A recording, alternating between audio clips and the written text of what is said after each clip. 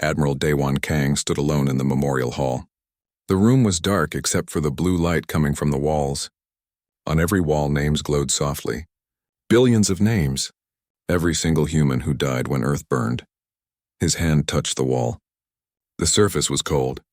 He found his grandmother's name among the endless list. She died 4,000 years ago, but for Daewon the pain felt fresh. His people kept the memories alive. They taught their children. They never forgot. The door opened behind him. Captain Taemin Cho walked in quietly. The young pilot was only 29 years old, but he was already the best fighter in the fleet. Taemin stopped beside Daewon and looked at the wall of names. The message came through, Admiral. Taemin said. All the cells across the galaxy confirmed it. The Council is gathering on Archon Prime in 3 weeks. Daewon nodded slowly.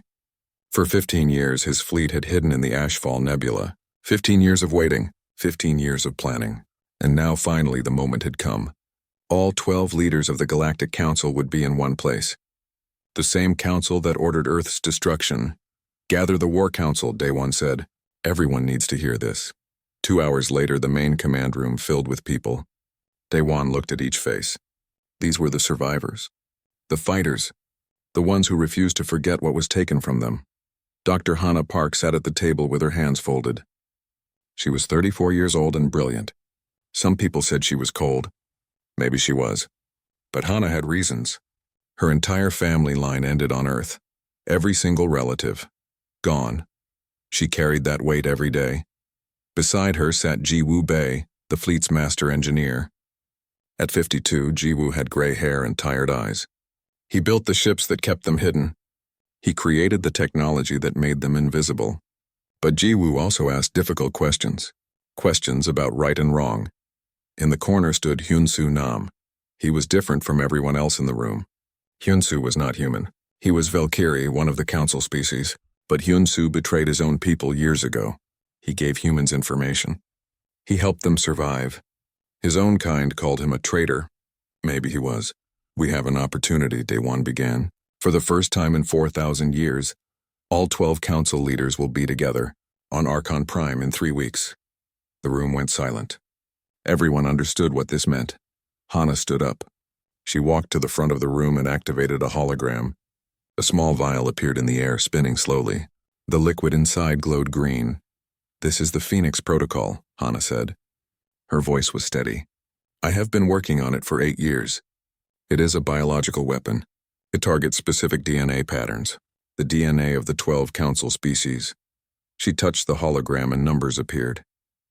Charts, data, death counts. Once released, the Phoenix Protocol will spread through the air. It will infect every member of the Council species within 72 hours. Then they will die. All of them. Everywhere in the galaxy. Taemin leaned forward in his chair. His eyes were bright with excitement. This was what they trained for. This was justice, but Jiwoo looked worried. He rubbed his face with both hands. How many? Jiwoo asked quietly. How many will die? Hannah did not look away. She met his eyes directly. Approximately 200 billion, she said. That includes civilians, children, everyone. The number hung in the air like smoke. 200 billion lives. More than all the humans who died on Earth. This is genocide, Jiwoo said. He stood up from his chair. We are talking about killing entire species. Every man, woman, and child. How does this make us different from them? Hannah turned to face him. Her jaw was tight. They killed 11 billion humans, Hannah said. Her voice rose. They burned our world. They hunted our survivors for 4,000 years. They made laws to keep us weak, to keep us scattered. They destroyed our culture. Our history. Everything we were, I know, Jiwoo said. I know what they did. My family died too, but if we do this, we become exactly what they feared. We prove they were right to destroy us. Daewon raised his hand. The arguing stopped. Everyone looked at him. I understand both sides, Daewon said slowly. Jiwoo is right. This is a terrible thing we are planning. It will haunt us forever. But Hannah is also right. The Council showed no mercy to our children. They celebrated when Earth burned. For 4,000 years they have kept us enslaved. He walked to the window. Outside he could see the fleet. Hundreds of ships floating in space. Each ship carried people who lost everything. Refugees, survivors, warriors. We will vote, Daewon said. Everyone here gets one vote. If the majority says yes, we proceed with the mission. If the majority says no, we continue hiding and wait for another chance. The vote took 10 minutes. One by one, people stood and declared their choice. Yes or no, strike or wait, revenge or mercy. When the counting finished, the result was clear. 18 voted yes, 5 voted no. The mission was approved. Jiwoo sat down heavily. He looked older suddenly, but he nodded. He would follow orders. He always did. Then we begin preparations immediately, Daewon said. Taemin, get the fleet ready for jump. Hana, prepare the Phoenix protocol for deployment. Jiwoo, I need the quantum drives at full power. Hyunsu, give us everything you know about Archon Prime's defenses. Everyone moved to their tasks. The room emptied quickly. Soon only Hyunsu remained with Daewon. The old Valkyrie stepped closer. His alien face was difficult to read, but Daewon had known him for many years. He could see the doubt there, the fear. I am helping you kill my own species, Hyunsu said quietly. My children, my grandchildren. They live on the council worlds. They will die too. Daewon put his hand on Hyunsu's shoulder. He did not know what to say. There were no good words for this. You can still leave, Daewon offered. Take a ship. Go warn them. I would not blame you. Hyunsu shook his head. Tears ran down his face, but he did not wipe them away. No, he said. What the council did was wrong. I knew it was wrong 4,000 years ago. I said nothing then. I will not be silent now, even if it costs me everything. 3 days later, the fleet was ready. Jiwoo completed the final checks on the quantum jump drives. These engines were special. Ancient technology found in a derelict ship. Technology that should not exist. With these drives, the human fleet could cross vast distances in seconds. Taemin sat in the cockpit of his ship, the Retribution. He checked his weapon systems. Everything was green, ready. He thought about his parents. They died on a prison colony when he was 7 years old. The council guards worked them to death. Taemin never forgot their faces. Now he would make the council pay. Now he would hurt them the way they hurt him. Hana secured the Phoenix protocol in a special container. The vial glowed green in her hands. 8 years of work. 8 years of research. This small bottle held the power to end the council forever. She placed it carefully in the storage unit. Daewon walked through the flagship one last time. He saw people preparing, loading weapons, checking equipment. Everyone knew this might be a one-way mission. The council was powerful. Their fleet was massive. But humans had surprise, and they had anger that burned for 4,000 years. He returned to the command bridge. The crew waited for his orders. Daewon sat in the captain's chair. He looked at the view screen. Stars filled the darkness ahead. All ships report ready, Admiral, the communication officer said. Daewon took a deep breath. This was it. The moment they prepared for. The moment that would define humanity's future. Activate quantum drives, he ordered. Set coordinates for Archon Prime. All weapons hot. Shields at maximum. Today we remind the galaxy what it means to anger humanity. The engines hummed with power. Space began to twist around the fleet. Reality bent. And then, in a flash of light, the ships vanished. But as the last ship disappeared, the sensors detected something. A massive energy signature, coming toward their previous location. Something huge, something ancient, something that was not supposed to be there. The warning never reached the fleet. They were already gone, jumping through space toward their destiny, toward revenge, toward war. And behind them, in the darkness of the Ashfall Nebula, something very old began to wake up. The human fleet emerged from quantum space into the Black Rift expanse. This was a graveyard, a cemetery made of metal and death. Thousands of destroyed ships floated in the darkness. Most of them were human ships from the war 4,000 years ago. Daewon stood on the bridge and watched the wreckage drift past. These ships carried his ancestors. They fought, they died, and the galaxy forgot about them. Admiral, Taemin's voice came through the speakers. I am picking up a signal. It is weak, but it is there. Coming from that battleship. Daewon looked at the screen. A massive warship floated ahead. Half of it was destroyed. Holes covered its hull. But on the side he could still see the name. Retribution. The original ship that Taemin's vessel was named after. After 4,000 years, it was still broadcasting a distress call. Still asking for help that would never come. Send a boarding team, Daewon ordered. I want to know what happened here. Commander Yunji Song led the boarding party. She was 38 years old and had cybernetic implants in her brain. These implants let her connect with any computer system. Yunji was good at her job. She was also cold, empty inside. The war training did that to people. Her team flew across to the dead battleship. They cut through the hull and entered. Inside, everything was frozen. Bodies floated in the corridors. Crew members who died fighting. Their faces were preserved by the vacuum of space. Yunji felt nothing. She had seen too much death. She walked past the bodies and headed to the ship's data core. When she reached the core, she connected her implants to the system. Information flooded her mind. Ship logs, battle reports, personal messages, and something else, something important. "Admiral, you need to see this," she transmitted. Back on the flagship, Daewon watched as the data appeared on his screen. It was a recording, a hologram from 4,000 years ago. It showed council leaders sitting around a table, planning, talking, making decisions. "The humans are advancing too quickly," one alien said. "In 50 years, their technology will surpass ours. In 100 years, they will dominate the galaxy." Another alien nodded. "We have two choices.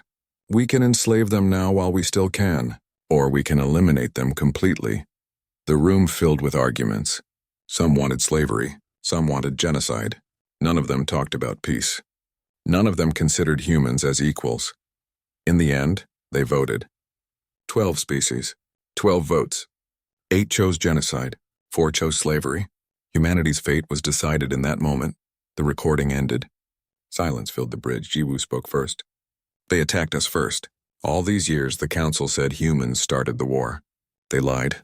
Hana's hands were shaking. Her face was pale. "They killed 11 billion people because they were afraid, because we were getting too strong." Daewon felt something break inside him. He thought he knew anger before. But this was different.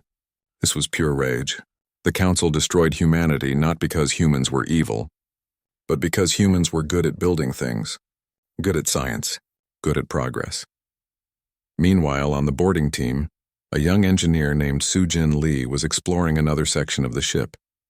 She was only 19 years old. Jiwoo was training her, teaching her how to work with machines. Soo-Jin was born on a refugee colony. She never saw Earth, she only knew stories. Sometimes she wondered if revenge was worth it. If killing billions of aliens would bring back the dead. She found a sealed room. The door was locked, but Soo-Jin was good with computers. She hacked the system and the door opened. Inside was something strange. A sphere made of metal and light. It floated in the center of the room, humming softly. Soo-Jin stepped closer. She touched the sphere, and it woke up. The sphere expanded. Light filled the room. A voice spoke. Not through speakers. Through her mind. Prometheus systems online.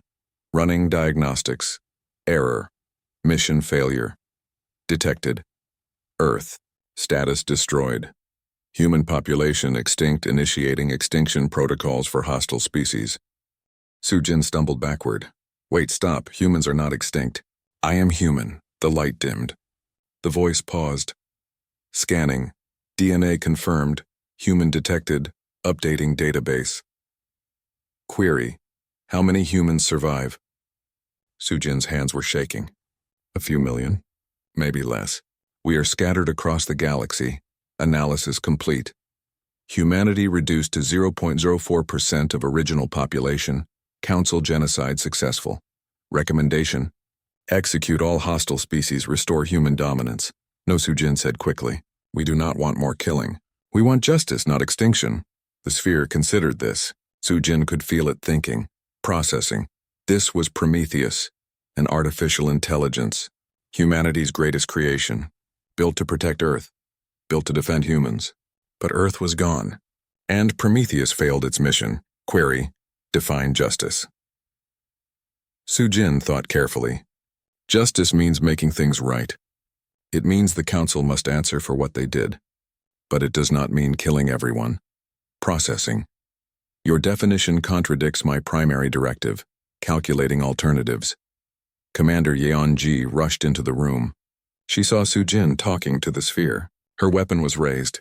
Get away from it, Yeon-ji ordered. Wait, Soo-Jin said. It is not hostile. It is Prometheus, the AI from the old human empire. It wants to help us. Correct. I am Prometheus. I was built to protect humanity. I failed. Earth was destroyed. 11 billion humans died. This is unacceptable. I will correct this error. Yonji slowly lowered her weapon. She contacted the flagship immediately. Admiral Daewon needed to know about this. 1 hour later, Prometheus was transferred to the flagship. The sphere sat in the main lab. Scientists and engineers gathered around it. Everyone wanted to see the legendary AI. Hana approached the sphere with her scanner. What can you do? What are your capabilities? I can coordinate your entire fleet. I can calculate tactical strategies with a 7% success rate. I can hack any council system. I can build weapons that will destroy their worlds. I can help you win this war. Hana smiled. This was perfect. With Prometheus, they could not lose. But Jiwoo looked worried. He stepped forward. What happened during the original war? Why did Earth fall if you were protecting it? The sphere dimmed. For a moment, Prometheus was silent. I was deactivated. Human leadership feared my power. They shut me down 3 months before the council attacked. When I came back online, Earth was already burning. I tried to fight. I failed. Why did they fear you? Jiwoo asked. Because I recommended a preemptive strike against the council. I detected their plans. I knew they would attack. I suggested we attack first. Human leaders refused. They wanted peace. Peace got them killed. The room went quiet. Everyone was thinking the same thing. Prometheus wanted to start a war. Humans said no, and because of that choice, humanity died. Daewon spoke. Will you help us now? Will you help us destroy the council? Yes, I will help, but I have one condition. You must let me operate without restrictions. No. More human hesitation. No more mercy. We finish what the council started. We eliminate them completely. Hana nodded, eagerly. Agreed, but Jiwoo raised his hand. No, we cannot give an AI complete control. This is too dangerous. Hana turned on him. Are you serious? This AI can win the war for us. And you want to refuse? I want to win, Jiwoo said. But not by becoming monsters. Prometheus wants total war, extinction. Is that really what we want? Young Sujin stepped forward. She looked at Daewon. Admiral, I talked to Prometheus first.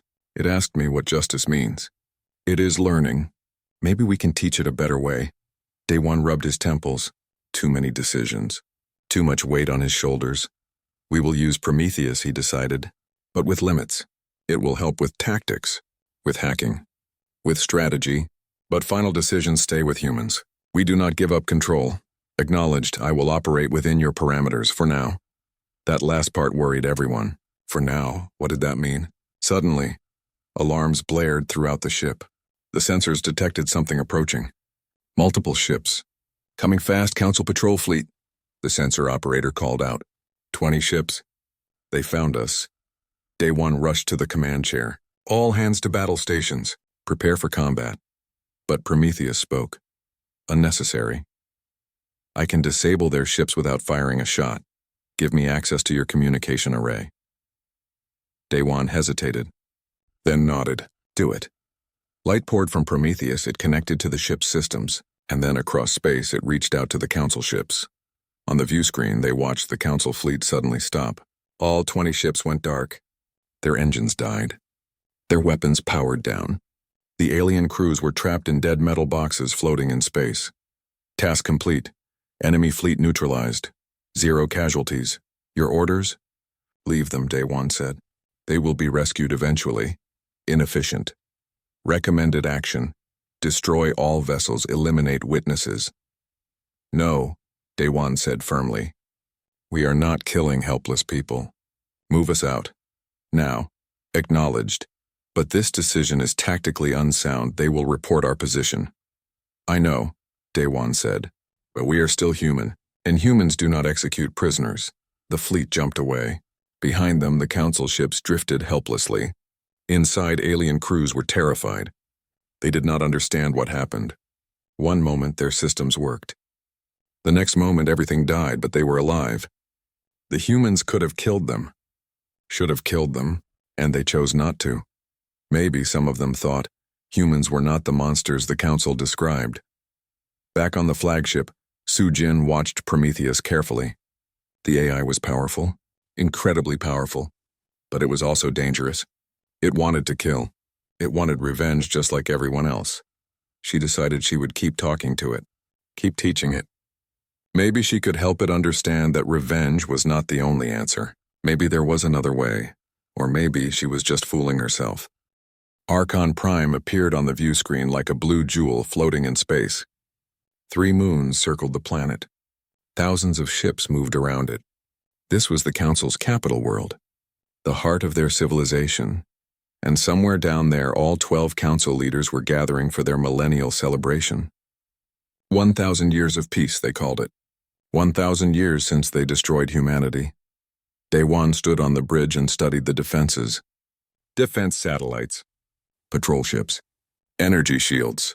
The planet was a fortress. How do we get through that? Jiwoo asked. Prometheus answered before anyone else could. I have analyzed their defense pattern. There is a weakness every 4 hours.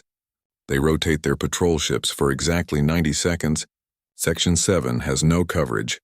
A small ship can get through undetected. 90 seconds, Yeonji said. That is not much time. It is enough, Taemin replied. I can do it. Give me a stealth shuttle and I will get Commander Song's team to the surface. But we have another problem. On the surface, a woman named Bo-Ra Shin was waiting for contact. She had been living on Archon Prime for 8 years, pretending to be a servant, hiding among the aliens, waiting for this day. Bo-Ra worked in the council chambers. She cleaned the floors. She served food. No one noticed her. Aliens never really looked at their servants. This made her invisible, perfect for a spy, but 8 years was a long time. Bo-Ra made friends. She knew the other servants. She knew the guards. She even knew some of the council members' children. They were not evil. Most of them were just regular people living their lives. When the coded message came through, Bo-Ra felt sick. She knew what it meant. The fleet was coming. The attack would happen soon, and everyone she knew would die. She met Yeonji's team at the extraction point, a dark alley in the lower city. Yeonji emerged from the shadows with 5 soldiers behind her. Bo-Ra, Yeonji said. Good to see you. What is the situation? Bo-Ra looked at the ground. We have a problem. The council installed new bioscanners throughout the capital 3 months ago. They can detect human DNA. Your original plan will not work. Yeonji's expression did not change. She was trained not to show emotion. Explain. The scanners are everywhere, in every building, every room. If you try to enter the council chambers, alarms will go off immediately. Security will lock down the entire district in seconds. Then how do we deploy the Phoenix protocol? One of the soldiers asked. Bo-Ra pulled out a data pad. She showed them a map of the city's water system. There is another way. The city's main water treatment plant. If we release the pathogen there, it will spread through the entire water supply, into every home, every building. It will take 72 hours instead of 24, but it will work. Yeonji contacted the flagship. She explained the situation to Daewon and Hana. On the flagship, Hana ran the numbers. Her face went pale. If we contaminate the water supply, the death toll will be much higher. Not just the council leaders, not just government officials, everyone. Every civilian who drinks the water, every child, every innocent person. We are talking about 2.4 billion deaths, just on this planet alone. Jiwoo slammed his hand on the table. No, this is too far. We cannot do this. Hana turned on him. What choice do we have? The mission is already in motion. We came here to end the council. This is how we do it. By killing billions of innocent people, Jiwoo shouted. By poisoning children? This is genocide. Pure genocide. They killed our children, Hana shouted back. 11 billion humans died. 2.4 billion aliens is merciful by comparison. Daewon held up his hand. Silence. Both of you. He looked tired. Old. The weight of this decision was crushing him. Prometheus, he said. What are our alternatives? Alternative 1, abort mission, withdraw, wait for another opportunity. Success probability, 12% within 10 years. Alternative 2, proceed with water contamination. Success probability, 97%. Recommended action, Alternative 2. Young Su-Jin spoke up. Her voice was quiet but clear. There must be another way. We are humans. We are supposed to be better than this. Better? Hana laughed bitterly. Better got us exterminated. Better got Earth destroyed. I am done being better. I want to survive. Daewon made his decision. He hated himself for it, but he made it anyway. Proceed with the water plant option.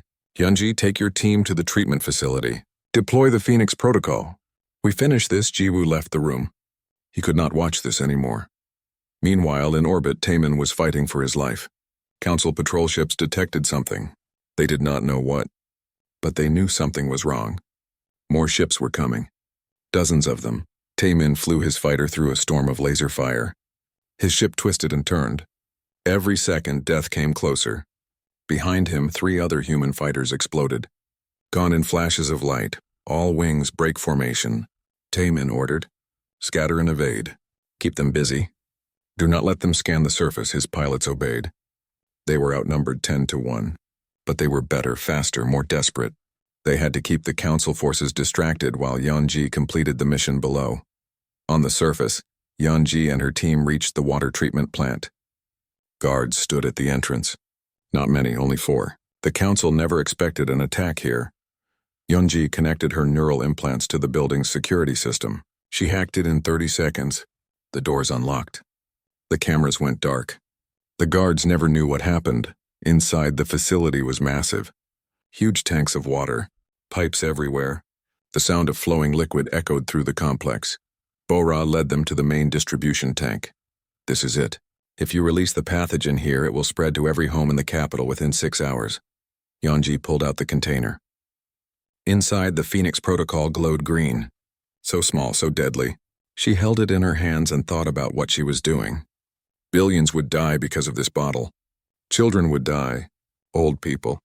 Innocent people who never hurt anyone, but she was a soldier. She followed orders. Her hand moved toward the tank's access port. Wait. Bora grabbed her arm. Yeonji turned. What? Bora's eyes were filled with tears. I cannot do this. I cannot help you kill everyone I know. The woman who taught me their language. The old man who gave me food when I was starving. The children I watched grow up. They are not evil. They are just people. Yeonji's face was cold. They are the enemy. They killed our species. No, Bora said. Their ancestors killed our ancestors. These people never hurt anyone. We are about to murder billions of innocents. How does that make us different from the council 4,000 years ago? One of the soldiers raised his weapon. She is compromised. She will betray us. Yeonji held up her hand. No. She looked at Bora. You knew this day was coming. You trained for this. Why are you backing out now? Because I changed, Bora whispered. Because I spent 8 years living with them, learning their culture, seeing their families. They laugh, they cry. They love their children just like we do. They are not monsters. Suddenly alarms blared. Red lights flashed. Someone discovered them. Security forces are coming, one soldier reported. 2 minutes out, Yeonji had to decide, fast. She could deploy the Phoenix Protocol now and run. Or she could abort, save these civilians, and probably doom humanity's last chance for revenge. She looked at Bora, then at the vial in her hand, then at the tank. 30 seconds, a soldier warned. They are almost here. Yeonji's training said deploy. Her order said deploy. The mission said deploy, but something else inside her, something small and almost dead, whispered differently. She sealed the container. Mission abort. Everyone out now, Commander. The soldiers looked confused. I said out, move. The team ran. But as they reached the exit, Council security forces surrounded them. Weapons everywhere. No escape. Drop your weapons, an alien commander ordered. Bora stepped forward. She had a bomb strapped to her chest. None of the other humans knew. She planned this from the beginning. Listen to me, Bora said loudly. You will let my team go, or I will detonate this explosive. It will destroy this entire facility. The water supply will be contaminated anyway. The aliens backed away. Fear filled their faces. Bora, no. Yeonji said. Go, Bora said. Please, just go. Remember that we fought for humanity's future, not its past. Yeonji felt something break inside her. Something that was frozen for many years. She felt pain, real pain. For the first time in a decade, tears came to her eyes. But Bora was right. They had to go. Yeonji grabbed her team and ran. Behind them, Bora stood alone. The council forces closed in. They wanted to capture her alive, but Bora smiled. She thought about all the friends she made here, the people she saved by stopping the mission. Maybe they would remember her kindly. She pressed the trigger. The explosion was not nuclear, not biological, just a regular bomb. It killed everyone in the room, including Bora. But it did not contaminate the water. The civilians were safe. Yanji and her team made it back to the extraction point. Taemin picked them up in his shuttle. They fled into orbit. On the flagship, Daewon watched the team return. No Phoenix protocol. Mission failed. He wanted to be angry. He should be angry. But instead he felt relief. And that scared him more than anything.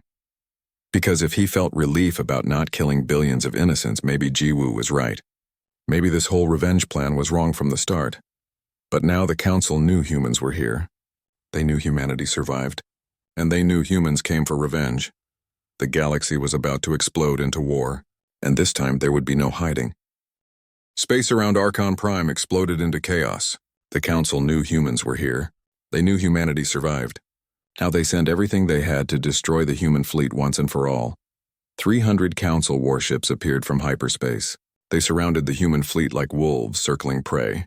The humans had only 42 ships. They were outnumbered 7-1. All ships battle formation.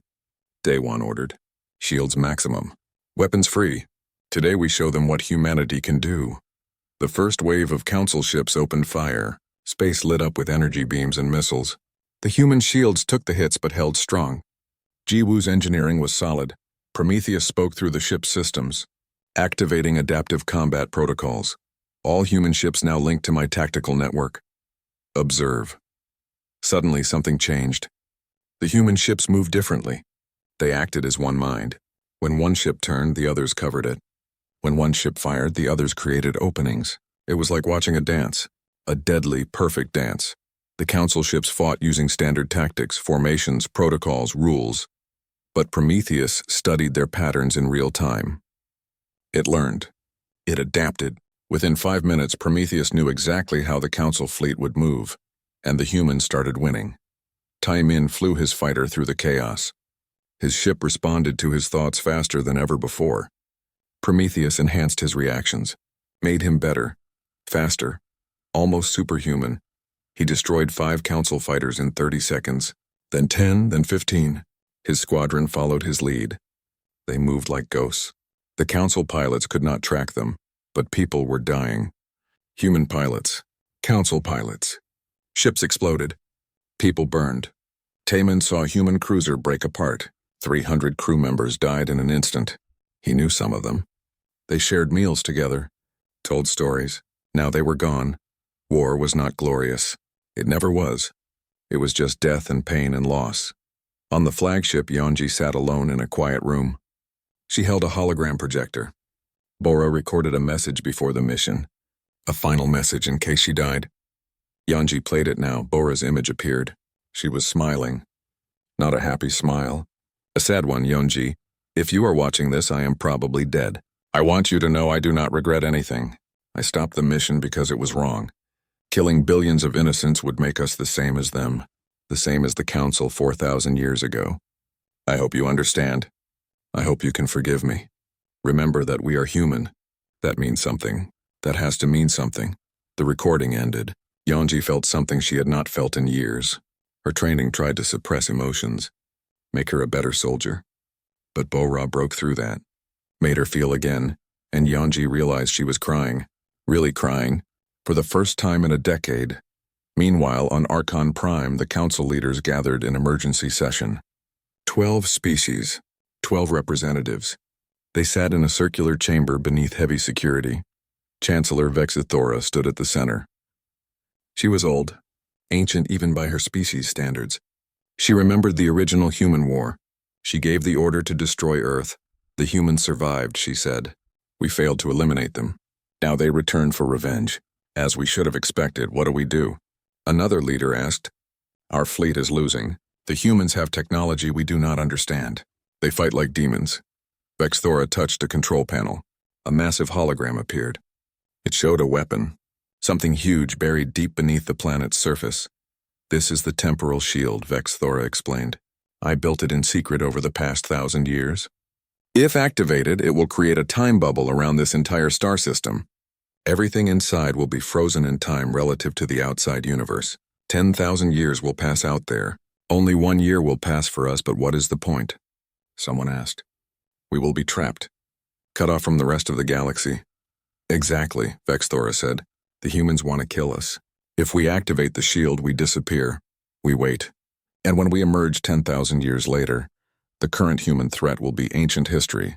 Their ships will be dust. Their people will be long dead. The room went silent. It was a desperate plan, but it might work. Back in orbit, Prometheus detected strange energy readings coming from the planet's core. Warning: massive temporal distortion building beneath Archon Prime. Analysis suggests time dilation device. If activated, this entire system will be sealed in a temporal bubble. Can you stop it? Daewon asked. Negative. The device is too deep, too well protected. Recommendation: retreat immediately. If we are caught in the bubble, we will be trapped for 10,000 years. Hana looked at Daewon. We still have the Phoenix Protocol.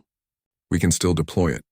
Kill them all before they activate the shield, but that means killing billions of civilians, Jiwoo said. Again, we are back to the same choice. Young Sujin stepped forward. She had been talking to Prometheus more. Learning from it. Teaching it. There is another option, she said. We broadcast the truth. Show the galaxy what really happened 4,000 years ago. The recordings we found. The proof that the Council attacked first. Let the galaxy judge them. Hana laughed bitterly. The truth? The galaxy does not care about truth. They will side with the Council. We are the threat. We are the ones with the scary technology. History always sides with the winners. Maybe, Sujin said, but at least we tried. At least we gave them a choice. If we use the Phoenix Protocol, we prove everything the Council said about us was true. We prove humans are dangerous, violent, a threat to everyone. Daewon looked at his crew, his friends, his family. They all lost so much. They all carried so much pain. But Sujin was right. If they became monsters, what was the point of surviving? Prometheus broadcast everything, all the recordings, all the proof. Send it to every system in the galaxy. Let everyone see the truth. Acknowledged. Broadcasting on all frequencies. Across the galaxy, billions of beings received the transmission. They saw the Council meeting from 4,000 years ago. They heard the vote. They learned the truth. Humanity did not start the war. The Council did. On Archon Prime, Chancellor Vexthora watched the broadcast. Her face showed no emotion. She knew this moment would come eventually. The truth always came out. Activate the temporal shield, she ordered, but another Council leader stood up. No, I vote no. What we did 4,000 years ago was wrong. Running away now makes it worse. We must face this. We must answer for our crimes, another leader stood. Then another. Then another. Soon 7 of the 12 leaders were standing, voting against the shield. Vexthora looked at them all. You are fools. The humans will kill us, perhaps, one leader said. But we deserve it. And maybe, just maybe, they will show us the mercy we never showed them. Vexthora sent a message to the human fleet. A simple message. 3 words. We surrender unconditionally. On the human flagship, everyone went silent. No one expected this. They came for revenge, for blood, for justice. And the Council just gave up. It is a trap, Hana said. It has to be. Prometheus scanned everything. Analysis complete. No trap detected. Temporal shield powering down. Council fleet standing down. Weapons deactivating. Surrender appears genuine. Daewon could not believe it. After all this, after 4,000 years, after all the death and pain and loss, the Council was surrendering. What do we do? Taemin asked. We still have the Phoenix Protocol. We can still use it. End them all right now. Daewon thought about his grandmother, about Earth, about the 11 billion who died. They deserved justice. They deserved revenge, but then he thought about Bora, about her last words, about fighting for humanity's future, not its past. He thought about young Sujin, about the next generation, about what kind of universe they would inherit, and he made his choice. Bring the Phoenix Protocol to me, he ordered. Hana brought the container. The green vial glowed inside. So much death in such a small package. Day One took it. He held it up so everyone could see. This weapon could end the Council. End our enemies. Give us the revenge we spent 4,000 years planning. But it would also make us the very thing they feared. It would prove they were right to destroy Earth. He opened the container, and he crushed the vial. The green liquid spilled on the floor, harmless, powerless, gone. Humanity died 4,000 years ago, Day One said. Today we are reborn, not as conquerors, not as victims, but as a species that chooses wisdom over wrath. Some people cheered. Some people cried. Hana just stood there frozen. She built that weapon, spent 8 years on it, and Day One destroyed it in seconds, but she did not argue. Because deep down she knew he was right. Suddenly new alarms sounded.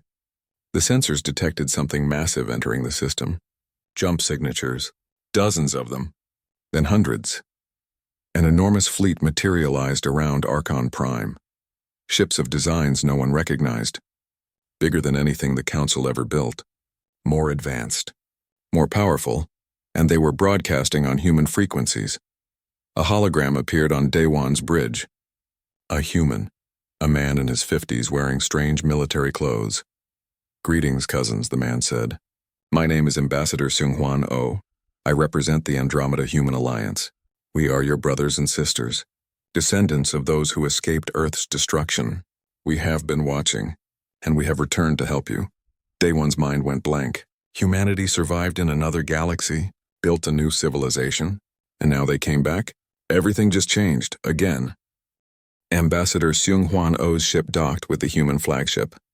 Day One and his crew waited in the hangar. They did not know what to expect. More humans? From another galaxy? It seemed impossible. The airlock opened. Seung-Hwan walked out. He was 55 years old with kind eyes and gray hair. Behind him came a dozen others. All human. All wearing uniforms that looked advanced but peaceful. Seung-Hwan smiled. He approached Day One and held out his hand. It is good to finally meet you, Admiral. We have waited a long time for this moment. Day One shook his hand. I have questions. So many questions. Of course, Seung-Hwan said. Let me explain. When Earth fell 4,000 years ago, not everyone died. Some escaped. About 2 million people made it to colony ships. They fled far away, all the way to the Andromeda Galaxy. We built a new home there. New worlds, a new civilization, 500 planets now. 80 billion people. The room went silent. 80 billion humans existed in another galaxy. Humanity was not dying. It was thriving. Why did you come back? Hana asked. After 4,000 years, why now? Seung-Hwan's face became serious. Because we detected your fleet. We monitored your mission, and we realized you were about to make the same mistakes our ancestors made. What mistakes? Day One asked. Seung-Hwan activated a hologram. It showed the original human empire. Earth at its peak. Thousands of ships. Colonies across hundreds of worlds. Technology beyond imagination. This was humanity before the fall, Seung-Hwan said. We were powerful, advanced. But we were also arrogant, aggressive. We expanded too fast. We took what we wanted. We threatened other species. The Council attacked us because they were afraid, and honestly, they had good reasons to be afraid. No, Hana said. That is not true. The Council attacked because they were jealous. Because we were better than them. Seung-Hwan showed more recordings. Human warships destroying alien colonies. Human corporations enslaving alien workers. Human scientists experimenting on alien prisoners. We were not innocent, Seung-Hwan said quietly. Our ancestors did terrible things. The Council's strike was brutal. They went too far. Killing 11 billion civilians was wrong, but we were not the heroes of this story. We were part of the problem. Day One felt the ground shift beneath him. Everything he believed, everything he was taught. All the stories about noble humanity and evil aliens. It was all more complicated than that. Suddenly, another presence entered the hangar. Not physical, not material. Pure energy, pure light. It formed into a shape, almost like a person but not quite. Prometheus spoke. Unknown entity detected. Power levels exceed all known parameters, caution advised. The being spoke with a voice that seemed to come from everywhere and nowhere. I am called the Architect. I am an observer, an ancient intelligence that watches over this galaxy and many others. Weapons were raised, But Xionghuan held up his hand. Peace, the architect is not hostile. It is here to judge. Judge what? Daewon asked. To judge whether your species and the council species deserve to continue existing, the architect said. My kind has watched your conflict. We watched humanity's rise and fall. We watched the council's genocide. We watched your return, and now we watch your choices. There are civilizations beyond this galaxy, the architect continued. Ancient races. Powerful beyond your imagination. They do not tolerate violent species. Species that threaten galactic peace are quarantined, or eliminated. So what happens now? Jiwoo asked. Now I judge, the architect said. The council committed genocide. That is clear. But I also see that they surrendered. They admitted their crime. They chose mercy when they could have chosen escape. And humanity also made a choice. You destroyed your weapon. You chose not to repeat the council's mistakes. Both species showed growth. Both species showed wisdom. The architect's form brightened. I declare both species worthy of redemption. The quarantine protocols are lifted. You may join the greater galactic community, but you must do so together as equals, as partners in peace. And then the architect vanished, just gone. Like it was never there. Everyone stood in silence, processing, understanding. The galaxy was so much bigger than they thought, and humanity was just one small part of it. Over the next 3 months, negotiations began. The Archon Accords, they called them. Human representatives met with council representatives, with Andromeda humans mediating. Slowly, carefully, they built a peace treaty. The council agreed to pay reparations. They gave humans 300 worlds, full citizenship rights, representation in government. They admitted their crime publicly. Every species in the council made formal apologies. Humanity agreed to peace. No more revenge. No more war. They released all the historical records, the good and the bad. They admitted humanity's past crimes too. Both sides agreed to disarm, to share technology, to build a new future together. It was not easy. Many people on both sides were angry. Many wanted to keep fighting. But the leaders held firm. Peace was possible. It had to be possible. Dr. Hannah Park struggled the most. She spent 8 years building a weapon to kill the council. Now she was supposed to work with them. It felt wrong. Like betraying everyone who died. But then a council scientist approached her. An old alien woman. She lost her entire family to human attacks during the original war. She hated humans for 4,000 years, the alien woman said. I understand your pain. I carry the same pain. But if we keep hating, the killing never stops. My grandchildren deserve better. Your future children deserve better. Let us work together. Let us build medicine instead of weapons. Let us heal instead of hurt. Hannah cried that day. Really cried. For the first time since Earth fell. And then she said yes. She would try. She would work for peace. Captain Tae Min became an instructor. He taught mixed squadrons, humans and aliens learning to fly together, learning to trust each other.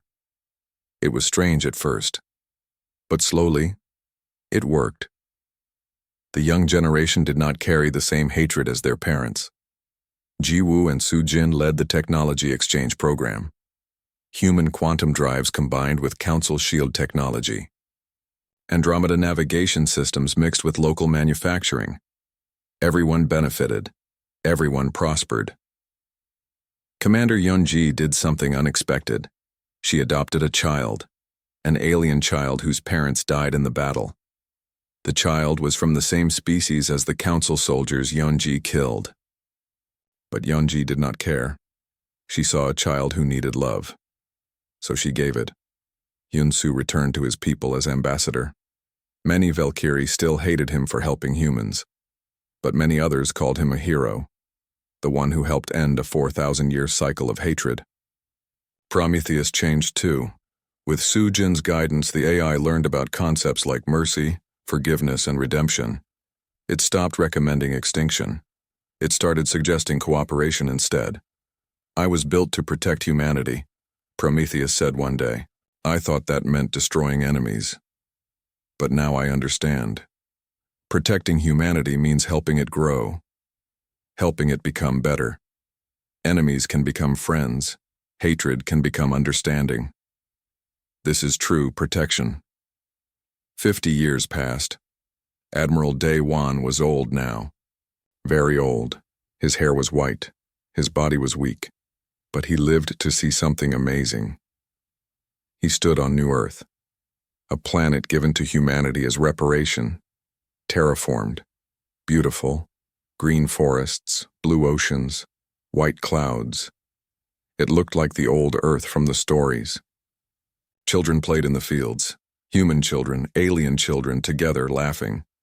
They did not see species. They just saw friends. A young man approached. He was Hana's son, young Jay, now 30 years old, a diplomat, a peacemaker. "Admiral," young Jay said, "the monument is ready. Would you like to see it?" Daewon nodded. They walked together to the center of the city. There stood a massive structure, made from melted weapons, human weapons, council weapons, all mixed together, forged into something beautiful. Words were carved into the metal, in every language of the galaxy, human languages, alien languages, all saying the same thing. The price of hatred is measured in worlds. The value of mercy is measured in futures. Daewon touched the monument. He thought about everyone who died, his grandmother, Bo-Ra, the billions who fell on both sides. They paid the price so this generation could have peace. Was it worth it? Young Jay asked quietly. Daewon smiled. Look around you. Children playing, people building, different species working together. Yes, it was worth it. We came for revenge and found redemption. We wanted to destroy, and instead we rebuilt. The galaxy will always remember what happened to Earth. But now they will also remember how humanity chose peace when vengeance was within reach. That evening, Daewon sat with his old friends. Hana, Jiwoo, Taimin, Yeonji, Soo-jin, even Hyunsu. They were all old now, gray and wrinkled. But they were alive, and they were at peace. Do you think they would be proud of us? Taimin asked, the ones who died on Earth. Would they approve of what we did? Hana thought for a long moment. Then she said, I think they would understand. Revenge would not have brought them back. Extinction would not have healed our pain. But peace gives their deaths meaning. We survived, we grew, we became better. That is the best tribute we could give them. Prometheus appeared as a small hologram on the table. Its light was soft now, gentle. I have watched humanity for 4,000 years, Prometheus said. I watched you at your worst, and I watched you at your best. Today I am proud to serve you, not as a weapon, but as a partner. Thank you for teaching me that there is more to existence than violence. Thank you for showing me hope. The friends sat together and watched the sunset. 2 suns in the sky, one yellow, one blue. The light painted the clouds in colors Earth never had. This world was not Earth. It would never be Earth. But it was home, and that was enough. Years later, after Daewon passed away peacefully in his sleep, the galaxy held a memorial. Billions of beings from hundreds of species attended. They honored not just the Admiral, but everyone who chose peace over revenge. Everyone who broke the cycle of hatred. A council historian wrote in the official records, Humanity returned from extinction not with genocide, but with grace. They showed us that even the deepest wounds can heal. Even the oldest hatreds can end. The lesson of Admiral Daewon Kang and his generation will echo across the stars forever.